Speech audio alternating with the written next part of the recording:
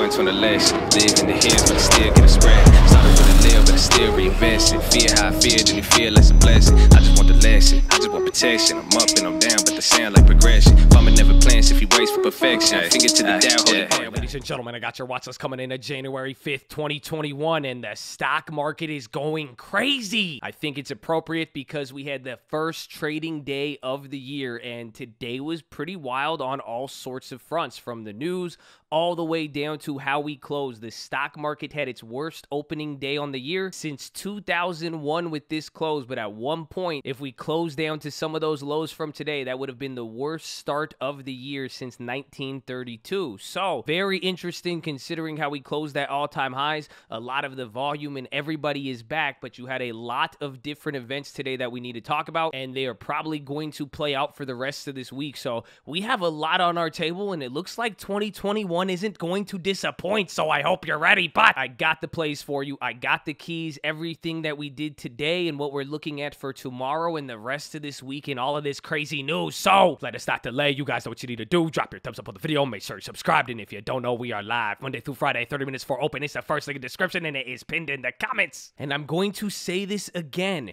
We are trading live at youtube.com/thestockmarket. A lot of you guys don't know who watch these videos, so some people even thanked me because they got to find this stream this morning. We will see you there, youtube.com/thestockmarket/live in the morning. And the most important thing you need to do, post your watches below. Let us know what you're looking at. Got any plays, comments, remixes, anything, post them below and source that info. Shout out to Chad, baby. So, right off the bat, like we said, this was the worst start to the year since 2001, almost since 1932. I can firmly say today, after hours, it was the runoffs and the Georgia election. Even Biden went up after hours. He was even saying how important it is. You've been hearing about this, but today we got a key change, and that was kind of the overseas betting markets. That news came out, but all of a sudden the odds started to flip-flop a little bit, and now this is really, really important. But at the same time, though, today you had a lot of other factors, mainly UK lockdowns. Boris Johnson said they're going to go back into the same lockdowns they had since March. He's expecting to do that for at least a month, so that had some negative effect. And then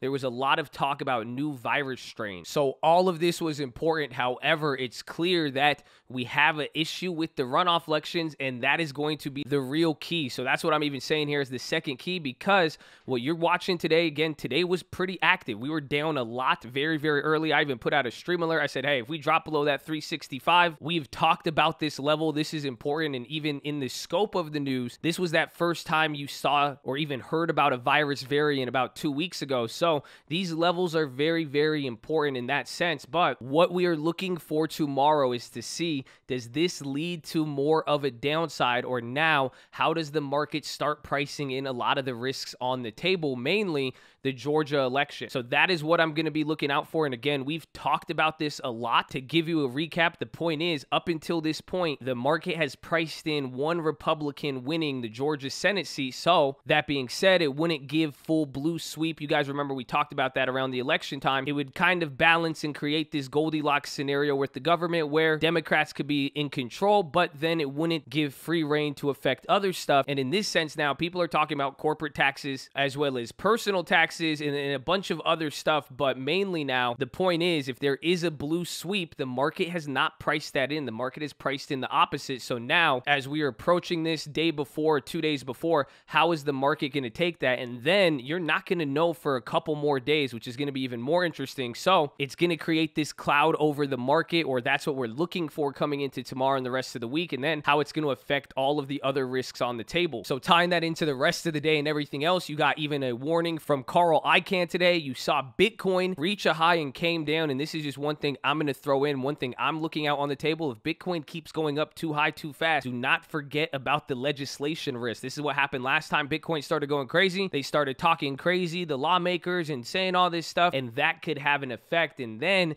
we also heard from the Middle East and some sort of news there in the last few days. It's been developing. This was very reminiscent of how we started 2020. So that kind of popped off a little bit. That stuff got crazy. And then then we even heard that Jack Ma is missing. So we said watch the China stocks. You saw the China ban a few days ago, and even China's involvement with Baba. So this is very, very interesting piece of news. But all in all now, all of this stuff is occurring while the odds for the blue wave is shifting in the blue favor, which the market has not priced in. And now you got to wait at least 2 to 5 days till everything happens. And I haven't even mentioned the certification of the Electoral College, which we've talked about it today. And I think a lot of people agree with this, even on the political scale or analyst, where it could have negative effects, but it's not negative effects that would be felt immediately. It's just going to create some tension, but it's not going to lead to any upsetting or risk-off event. If anything, the Georgia Senate has more chances of a risk-off event or scaring the market than the certification of the election does. And that's just my opinion, but a lot of people can agree with that. So without a doubt, 2021 has not failed to disappoint us. This was a very, very crazy day. This is our first week back, so now we need to just watch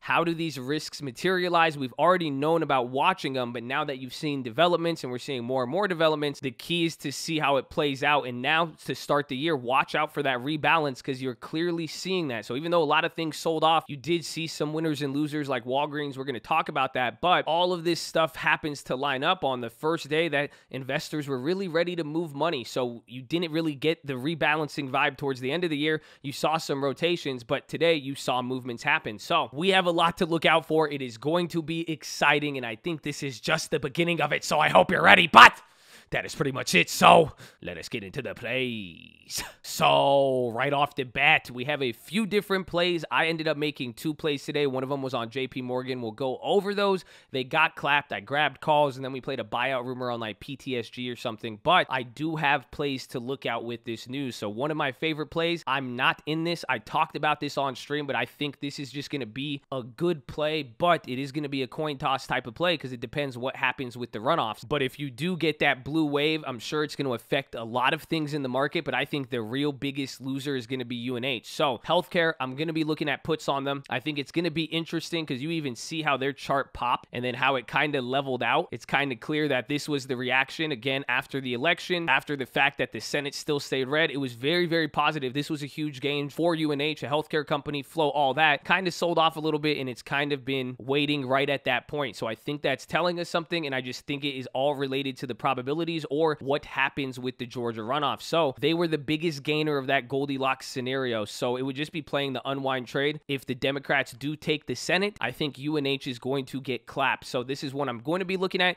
I don't have any plays on it. Again, I am not going to be too jumpy. I remind all of you, again, you could use these to day trade stocks. Again, I think this is going to have activity, but when it comes to options, I want to be very, very cautious here, and I want to see how things develop and materialize because after a down day like today, it doesn't matter what happens, you are going to play somewhat more of a premium. So I like this play, but I am going to be waiting. If I could get a good price tomorrow, it doesn't look overinflated, I will, but I want to see how it plays out. The spreads are too wide and they're going to make you pay a lot for protection. It may not be worth it. That's how the market maker protects themselves. We might even talk about that in another options lesson. But watch UNH. I like them related to the news. Another play, we saw it today, and it just looks like a value rotation. You also got news out of Amazon. They like canceled that Haven Services. It's health related, so I don't know if it directly affects Walgreens, but I think that could have added to it. And the fact was, you saw a really, really big down day, but Walgreens was a clear winner, and it was a clear winner by a lot. This was still a 4% move today, and it's even related to the vaccine distribution. You heard stuff from Como and all that, so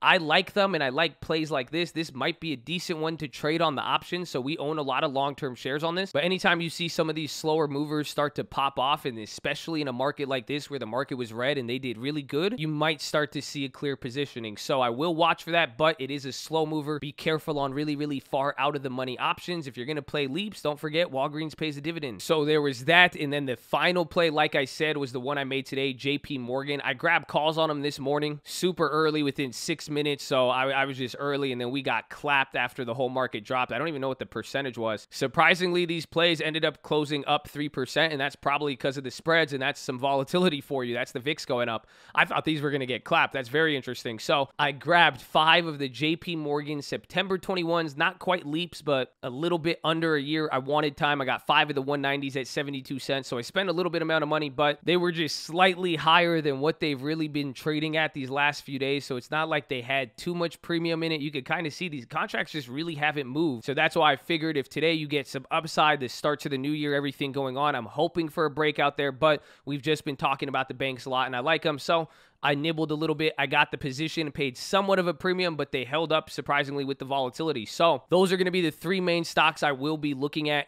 Depending on how tomorrow plays out, it could lead to opportunity for other plays. And you have to also realize I do like some of the downside exposure, but I'm already in a lot of different plays. So we still have those Google puts. Those went up 13%. Remember those old Facebook puts? You know, this is just already $10,000 in puts right there. I even got some old SPY puts trying to come back a little bit to life today. We even had those Zoom puts that were big, but we're still up 30% on them. We were up a lot more. So the idea is I do have exposure and I want to wait and confirm stuff, but if anything starts to pick up through the day, I might even look for some quick option flips there as well too. It just all depends, but the key is I'd rather be late than wrong, and we already have good exposure with some of these leap. But today was definitely a day you want to pay attention to. So as far as everything else, I am going to be watching Apple. They were down again 3-4%. Tech really did outpace at one point. The NASDAQ was the leader of the day, then ended up becoming the leader on the downside. So you do have most of your volatility gains is going to be in here. Again, if you were going to see any rebalancing or risk off, these tech names have the most downside. Zoom went up good, and anything that closed up green today, I want to pay attention to. This could be related to the virus. It could be just related to the fact that this stock is sold off a lot. Again, factor that in even to the theses we were talking yesterday. So they did good today. Tesla did good. Again, EV related. This is even breaking my prediction. I thought this thing was going to hold up. I thought this thing was going to move a little bit slower, but it's going up. They had their delivery numbers. It missed a little bit, but I think it was still high enough and good enough despite everything. It's going up. Facebook and Google, kind of the same situation as Apple, but they are a little bit more vulnerable considering they haven't really moved much since the election. You can kind of see it right there on Google and Facebook. This is the election. Facebook's trending a little bit lower. It's like they're waiting on something. You know, we've been even looking at Amazon. It got some steam. So